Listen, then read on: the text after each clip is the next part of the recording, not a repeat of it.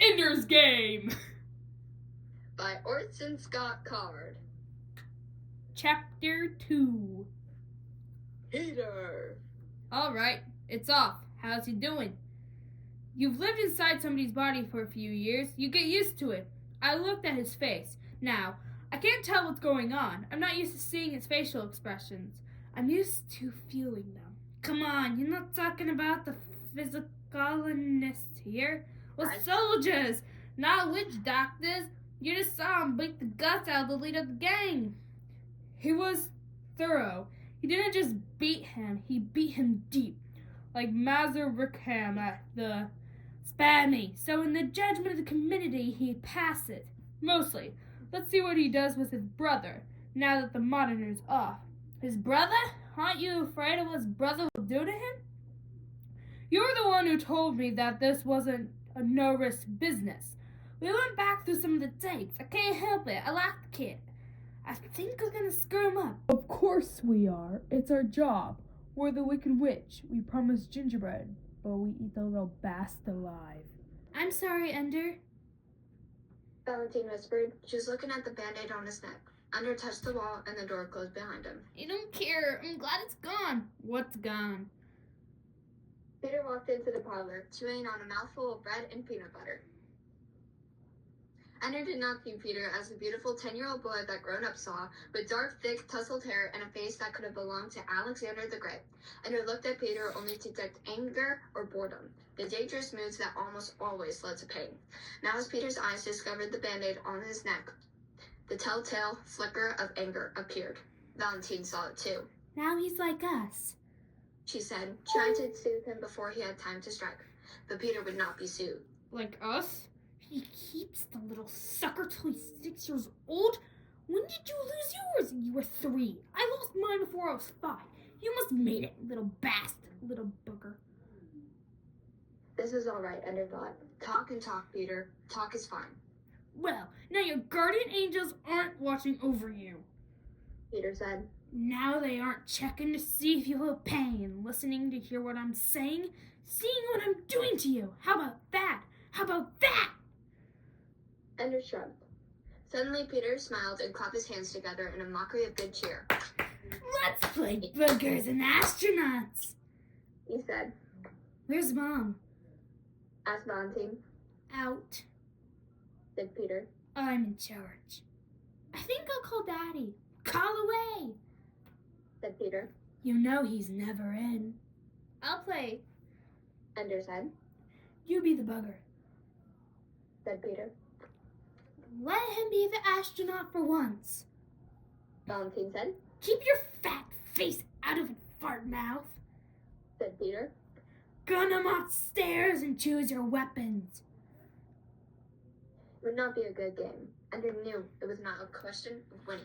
When kids played in the corridors, well, whole troops of them, the buggers never won. Sometimes the games just got mean. But here in their flat, the games would start mean, and the bugger couldn't just go empty and quit the way buggers did in the real wars. The bugger was in it until the astronaut decided it was over. Peter opened his bottom drawer and took out the bugger mask. Mother had got upset at him when Peter bought it, but Dad pointed out that the war wouldn't go away just because you hid bugger masks. It wouldn't let your kids play with make-believe laser guns. The better to play the war games and have a better chance of surviving when the buggers came again. If I survived the games, thought Ender, he put on the mask. It closed him in like a hand pressed tight against his face. But this isn't how it feels to be a bugger, thought Ender. They don't wear this face like a mask. It is their face. On their home worlds, do the buggers put on human masks and play? What do they call it? Slimies? Because we're so soft and oily compared to them? Watch out, Slimy, Ender said. You could barely see Peter through the eye holes. Peter smiled at him. Slimy, huh? Well, bugger-wugger, let's see how you break that face of yours. Ender couldn't see it coming, except a slight shift of Peter's weight. The mask cut out his peripheral vision. Suddenly, there was a pain and pressure of a blow to the side of his head. He lost balance, fell that way. Don't see too well, do you, bugger? Said Peter. Ender began to take off the mask. Peter put his toe against Ender's groin. Don't take off the mask, Peter said. Ender pulled the mask down into place, took his hands away. Peter pressed with his foot. Pain shot through Ender. He doubled up. Lie flat, bugger. We're gonna infect you, bugger. At long last, we've got one of you alive, and we're gonna see how you work. Peter, stop it. Ender said. Peter, stop it. Very good. So you buggers can guess their names. You can make yourself sound like pathetic, cute little children so we'll love you and be nice to you. It doesn't work. I can see you for what you really are. They meant you to be a human, little third. But you're really a booger, and now it shows. He lifted his foot, took a step, and then knelt on Ender, his knee pressing into Ender's belly just below the breastbone. He put more and more of his weight on Ender. It became hard to breathe. I could kill you like this. Peter whispered. Just press and press until you're dead. And I could say I didn't know it would hurt you. And we were just playing, and they'd believe me. And everything would be fine, and you'd be dead. Everything would be fine. Ender could not speak. The breath was being forced from his lungs. Peter might mean it. Probably didn't mean it, but then he might. I do mean it. Peter said. Whatever you think, I mean it. The only authorize you because I was so promising, but I didn't pan out. You did better. They think you're better, but I don't want a better little brother, Ender. I don't want a third. I'll tell. Valentine said. No one would believe you. They believe me. Then you're dead too, sweet little sister. Oh, yes. Said Valentine. They'll believe that. I didn't know it would kill Andrew. And when he was dead, I didn't know it would kill Valentine too. The pressure let up a little. So, not today, but someday you two won't be together and there'll be an accident. You're all talk. Valentine said. You don't mean any of it. I don't. And you know why you don't mean it? Valentine asked. Because you want to be in government someday. You want to be elected. And they won't elect you if your opponents can dig up the fact that your brother and sister both died in suspicious accidents when they were little. Especially because of the letter I put in my secret file, which will be open in the event of my death. Don't give me that kind of crap. Peter said. It says I didn't die a natural death. Peter killed me. And if he hasn't already killed Andrew, he will soon. Not enough to convict you, but enough to keep you from ever getting elected. You're his monitor now? Said Peter. You better watch him, day and night. You better be there. Ender and I aren't stupid. We'll score as well as you did on everything. Better on some things. We're all such wonderfully bright children. You're not the smartest, Peter. Just the biggest. Oh, I know. But there'll come a day when you aren't there with him. When you forget. And suddenly you'll remember. And you'll rush to him. And there he'll be perfectly all right. And the next time, you won't worry so much. And he won't come so fast. And every time, he'll be all right. And you'll think that I forgot. Even though you'll remember I said this. You'll think that I forgot. And years will pass. And then there'll be a terrible accident. And I'll find his body. And I'll cry and cry over him. And you'll remember this conversation, Valley. But you'll be ashamed of yourself for remembering because you know that I changed. And it really was an accident. That it's cruel of you to even remember what I said in a childhood quarrel. Except that it'll be true.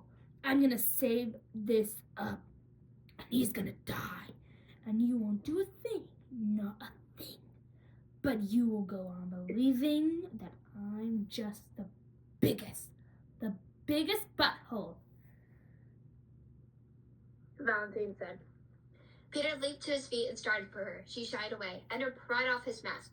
Peter flopped back on his bed and started to laugh. But with real mercy come into his eyes. Oh, you guys are just super. Just the biggest suckers on the planet Earth. Now he's gonna tell us it was all a joke. Valentine said. Not a joke, a game. can make you guys believe anything. I can make you dance around like puppets. In a funny monster voice, he said, I'm gonna kill you and chop you up into little pieces and put you into a garbage hole. He laughed again. Biggest suckers in the solar system. Ender stood there watching him laugh and thought of Stilson, thought of how it felt to crunch his body. This is who needed it. This is who should have got it.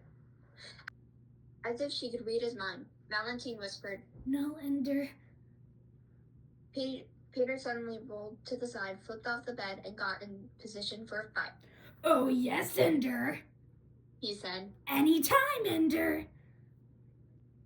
Ender lifted his right leg and took off the shoe. He held it up. See there, on that toe? That's blood, Peter. Ooh, I'm gonna die! I'm gonna die! Ender killed a caterpillar, and now he's gonna kill me!